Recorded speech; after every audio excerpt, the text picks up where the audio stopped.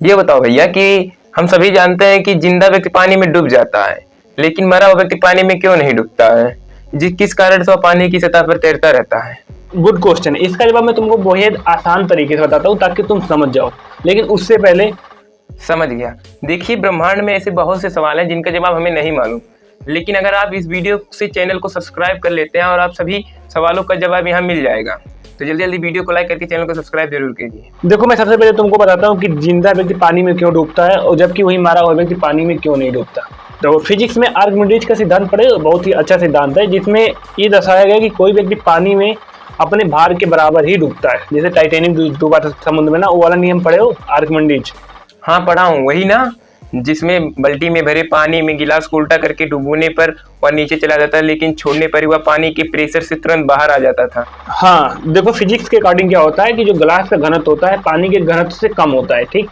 और जब हम गिलास को प्रेशर से पानी में डुबोते हैं, आर्किमिडीज ने यही बताया था कि हम प्रेशर से पानी में डुबोएंगे तो नीचे जाएगा, लेकिन जैसे हम उसको छोड़ेंगे तो अपनी सतह पर ऊपर आ जाएगा, ठीक है। मतलब अपने घनत्व और अपने आयतन के अकॉर्डिंग वो पानी की सतह पर तैरने लगता है, खाली गिलास। वहीं अगर हम गिलास को सीधा करके पानी में डालें तो जैसे जैसे गिलास में पानी जाएगा तो उसका घनत्व बढ़ेगा। घनत्व बढ़ने के कारण क्या होगा, पानी का जो गिलास है वो बाल्टी के नीचे एकदम सतह पर जाके बैठ जाएगा। मतलब उसका घनत्व बढ़ गया, तभी तो जाके सतह पर नीचे हुआ। जबकि जब हम लोग उल्टे किया था तो उल्टे में उसका घनत्व बढ़ा नहीं था, इसीलिए वो ऊपर आ गया था। और जब हम सीधा उसमें पानी भर के डाले तो उसका घनत्व बढ़ गया, जिससे वो पानी सतह पे नीचे तैर गया। समझ रहे हो ना मैं क्या कह रहा हूँ? हाँ, लेकिन इसका मेरे सवाल से क्या कनेक्शन है? अभी नहीं समझे तुम? अगर आप में से किसी ने यहाँ तक अगर मेरे कहने का अर्थ समझाओ कि मैं क्या कहना चाह रहा हूँ तो कमेंट में जरूर बताना कि हाँ इतने मिनट कितने सेकंड में मैं पहले बात समझ गया था ईमानदारी से। तब तक मैं इस गधे को समझाता हूँ क्योंकि इसको थोड़ा कम बुद्धि लग रहा है, ठीक। तो इस गधादास को मैं समझाता हूँ ताकि अगर आप लोग समझ गए होंगे तो बता दीजिएगा ईमानदारी। देखो गधादास, मैंने क्या बताया कि जब हम गिलास को सीधा करके डालते हैं तो गिलास में जैसे जैसे पानी आता है तो उसका घनत्व बढ़ जाता है।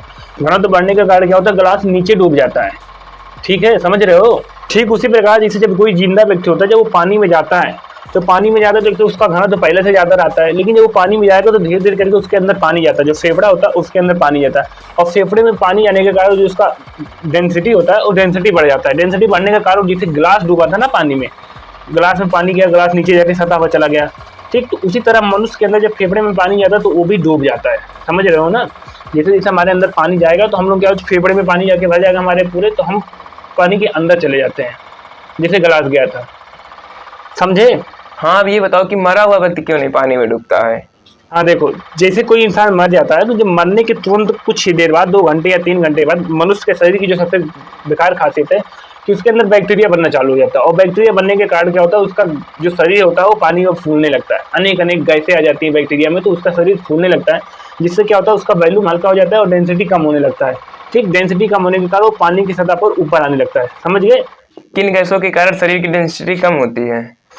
देखो, तुमको क्या बताया कि जब हम गिलास को उल्टा पानी में डालेंगे, तो तुमको ये तो बताया हो कि जब हम गिलास को उल्टा पानी में डालेंगे और जो प्रेशर के साथ जाएगा, लेकिन उसमें अगर पानी नहीं बढ़ा तो उसका घनत्व नहीं बढ़ेगा, ठीक। और जैसे उसको हम छोड़ेंगे तो उसका घनत्व जो उसका वैल्यूम है वो कम हो तो पानी की सतह पर आ जाता है, ठीक। उसी प्रकार जब मनुष्य की शरीर मर जाती है, जब मनुष्य ऑक्सीजन लेना बंद कर देता है, ठीक।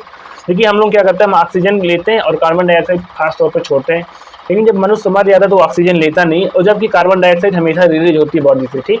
कार्बन डाइऑक्साइड एक ऐसा गैस है जो हमेशा रिलीज होता रहेगा जब तक कि मनुष्य का शरीर एकदम मिट्टी में नहीं मिल जाएगा, ठीक। उसी प्रकार हम लोग ऑक्सीजन लेना बंद कर देंगे तो कार्बन डाइऑक्साइड छोड़ते रहेंगे, तो उससे क्या होगा कि मनुष्य के शरीर का जो आयतन है वो शरीर फूलता जाएगा, वॉल्यूम बढ़ता जाएगा, डेंसिटी कम होता जाएगा, तो मनुष्य पानी की सतह पर तैरने लगता है, ठीक। समझ गए ना कि जब मनुष्य के शरीर में हवा बढ़ जाएगी, हवा भरने के कारण उसका शरीर फूल जाता है, तो उससे उसकी डेंसिटी कम हो जाती है। समझे लल्लू दास? तो वीडियो अच्छी लगे तो वीडियो को लाइक करके चैनल को सब्सक्राइब जरूर करें, जिससे आपको ऐसे ही हर सवालों का जवाब मिलता रहे, जिसके जवाब